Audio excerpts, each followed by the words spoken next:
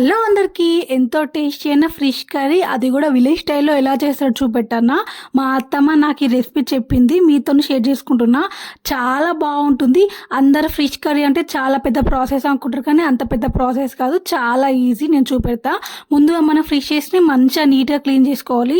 నీట్గా క్లీన్ చేసుకోకుంటే అంత మంచి టేస్ట్ రాదు. నేను ఫిష్ 1.5 కిలో తీసుకుంటున్నాను. మనం ఈ ఫిష్ మంచిగా నీట్గా క్లీన్ చేసుకున్నాక దీంట్లోకి నేను ఏం వేసుకోవాలో చూపెడతాను. ముందుగా నేను చింతపండు రసం పోసుకుంటున్నాను. మీరు కావాలంటే దీని ప్లేస్లో నిమ్మకాయ రసం కూడా పోసుకోవచ్చు. నేను ఒక పౌడర్ చేసుకున్నాను ఈ కర్రీ కోసం, అది ఎలా చేసుకోవాలో చెప్తాను. కొంచెం జీలకర్ర, ఒక స్పూన్ అంతా, కొన్ని మెంతులు, 4 చెంచాలు ధనియాలు తీసుకున్నాను, ఒక 5-6 మిరియాలు తీసుకున్నాను. ఇంకా నేను ఆనియన్ పేస్ట్ కూడా చేసుకున్నాను. ముందు ఆనియన్స్ని ఫ్రై చేసుకొని నేను పేస్ట్ చేసుకున్నాను. మన చేపలకి కొంచెం అల్లం వెల్లిగడ్డ పేస్ట్ తీసుకుంటున్నాను. ఇప్పుడు కొంచెం వేసుకోవాలి, పోపు వేసుకునేటప్పుడు కొంచెం వేసుకోవాలి. కొంచెం పసుపు వేసుకుంటున్నాను, తగినంత సాల్ట్ వేసుకుంటున్నాను. ఫిష్ కర్రీకి కొంచెం సాల్ట్ ఎక్కువనే పడుతుంది, ఎందుకంటే పులుపు ఉంటుంది కాబట్టి. నేను కొంచెం ముందుగానే గ్రైండ్ చేసుకున్న పొడి అయిపోయాను కదా, దాన్ని కొంచెం వేసుకుంటున్నాను. ఇది పోపు కోసం పక్కన పెట్టుకుంటున్నాను.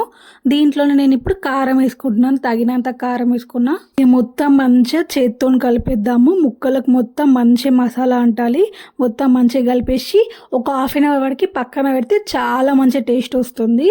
మనం మంచిగా కలపాలి. ముక్క ఎంత నానితే అంత మంచి టేస్ట్ వస్తుంది. హాఫ్ అన్ అవర్ వరకు పక్కన పెట్టేసుకుంటున్నాను. హాఫ్ అన్ అవర్ తర్వాత మనం తాలింపు వేసుకుందాము. హాఫ్ అన్ అవర్ తర్వాత ఒక బౌల్ తీసుకుని దాంట్లో ఒక 2 స్పూన్స్ అంత ఆయిల్ పోసుకొని పోపు కోసం అని కొంచెం జీలకర్ర, 4-5 లవంగాలు, కొంచెం మెంతులు వేసుకున్నాను. ఇవి బాగా ఫ్రై అయ్యాక కొంచెం అల్లం వెల్లిగడ్డ పేస్ట్ వేసుకుంటున్నాను. దాన్ని మొత్తం బాగా మిక్స్ చేసేద్దాం. అల్లం వెల్లిగడ్డ కూడా కొంచెం ఫ్రై అయ్యాక దాంట్లోకి నేను కొన్ని పచ్చిమిర్చి వేసుకుంటున్నాను. పచ్చిమిర్చిని కూడా మనం బాగా ఫ్రై కానిద్దాము. పచ్చిమిర్చి కూడా బాగా ఫ్రై అయిపోయింది కదా, దీంట్లోకి నేను ముందుగానే గ్రైండ్ చేసుకున్న ఆనియన్ పేస్ట్ ఉంది కదా, దాన్ని వేసేసి మంచిగా కలిపేద్దాము. ఆనియన్ పేస్ట్ మంచిగా ఫ్రై కావాలి, మంచి స్మెల్ వస్తుంది. అప్పుడు మనం కొంచెం పసుపు వేసుకోవాలి. పసుపు వేసి మంచిగా కలిపేద్దాం.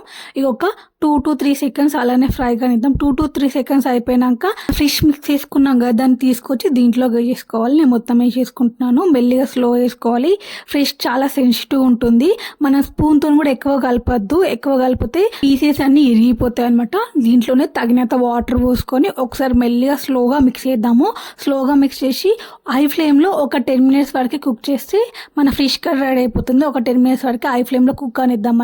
మనకి ముక్క ఉడికిందా లేదా ఎలా తెలుస్తుంది అంటే ముక్క కలర్ మారుతుంది. చూడండి, 10 మినిట్స్ తర్వాత పీస్ కలర్ మారిపోయింది, కొంచెం కలర్ చేంజ్ అయింది. ముందు వైట్ ఉండే కదా, ఇప్పుడు కొంచెం కలర్ చేంజ్ అయింది. మనం కొంచెం కొత్తిమీర వేసేసుకొని మంచిగా మిక్స్ చేసేసి మన ఫిష్ కర్రీ రెడీ అయిపోయిందండి. చూసారా, ఎంతో ఈజీ అయిన ఫిష్ కర్రీ రెడీ అయిపోయింది. మనం దించే ముందు నేను ముందుగానే ఒక మసాలా చూపెట్టాను కదా, ఆ మసాలాని ఇప్పుడు పైన వేసేసుకొని మంచిగా కలిపేసి దించే ముందు ఒక 2 మినిట్స్ ముందు కొంచెం వేసుకుంటే సరిపోతుంది.